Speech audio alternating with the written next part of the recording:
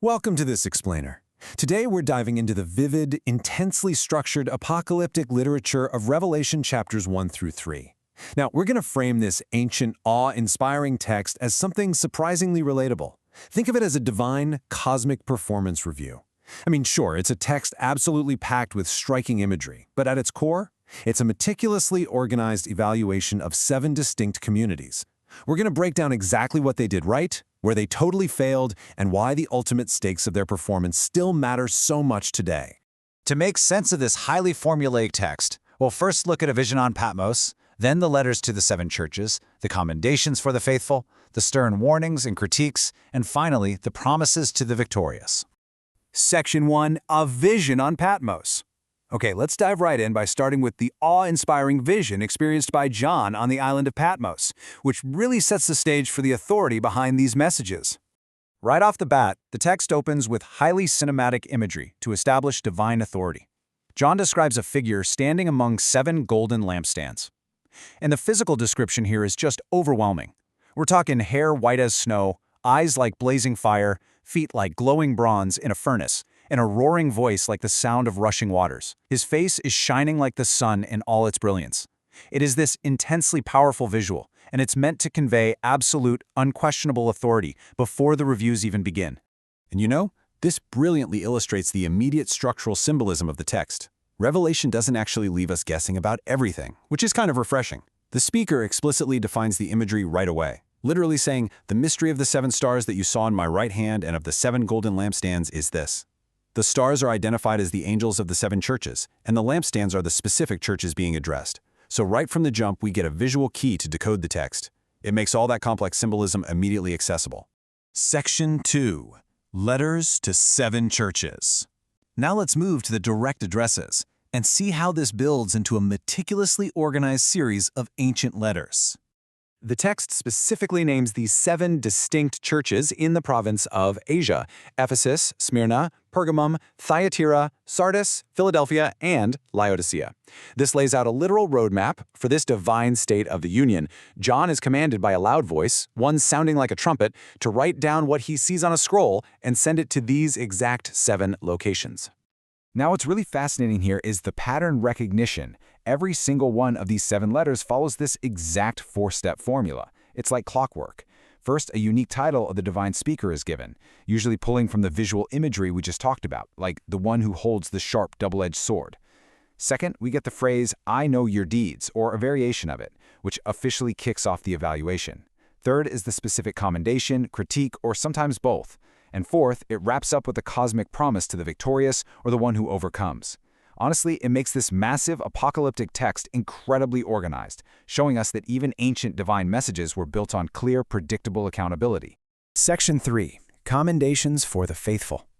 So, a really crucial point is understanding exactly what these churches are actually doing right, which we can see by grouping all their praises together. When we look closely at the core praises across the chapters, some really clear themes start to emerge. Take Ephesus, for example. Their praise for their hard work and for testing those who claim to be apostles but are actually false. Then you have Thyatira, who is actually commended for continuous improvement, literally doing more than they did at first in love, faith, and service. Philadelphia is recognized for keeping the word patiently, even though they have little strength. So, themes of hard work, endurance under serious pressure, and growing faith, those are highly rewarded in this text. But it is definitely worth highlighting that Smyrna and Philadelphia totally stand out from the pack. They are the only 2 communities out of the 7 that receive absolute praise with 0 negative feedback. 0. Smyrna is told, "I know your afflictions and your poverty, yet you are rich." Both of these churches are commended for their steadfastness against intense opposition and slander from groups the text bluntly labels a synagogue of Satan. Their ability to endure extreme hardship without folding earns them a flawless review. It's a powerful reminder of how deep, gritty resilience is valued way over surface-level comfort. Section 4. Stern warnings and critiques. All right, having seen the positive reviews, let's flip the coin and neutrally examine the stark warnings and failures detailed in the text. The letters to Pergamum and Thyatira introduce some very specific antagonists. Pergamum is warned about those holding to the teachings of Balaam and the Nicolaitans. Meanwhile, Thyatira is heavily criticized for tolerating a woman they refer to as Jezebel, a self-proclaimed prophet. The text vividly warns that these figures are actively misleading servants into sexual immorality and eating food sacrificed to idols. And the consequences detailed here, they are incredibly severe. The speaker threatens to fight against them with the sword of his mouth, to cast Jezebel on a bed of suffering, and even to strike her children dead unless they repent. No sugarcoating there. Across the other communities, we see varying degrees of spiritual failure. Ephesus, despite all that hard work we mentioned earlier, is warned that they have fallen far because they abandoned the love they had at first. Sardis receives a downright brutal awakening. They have a reputation of being alive, sure, but the text flatly states, "You are dead." They are told to wake up before the speaker comes like a thief in the night. And then, well, there's Laodicea, completely condemned for being totally apathetic, lukewarm, neither cold nor hot.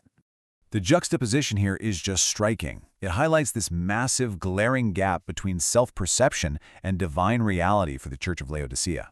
See, they perceive themselves as entirely self-sufficient.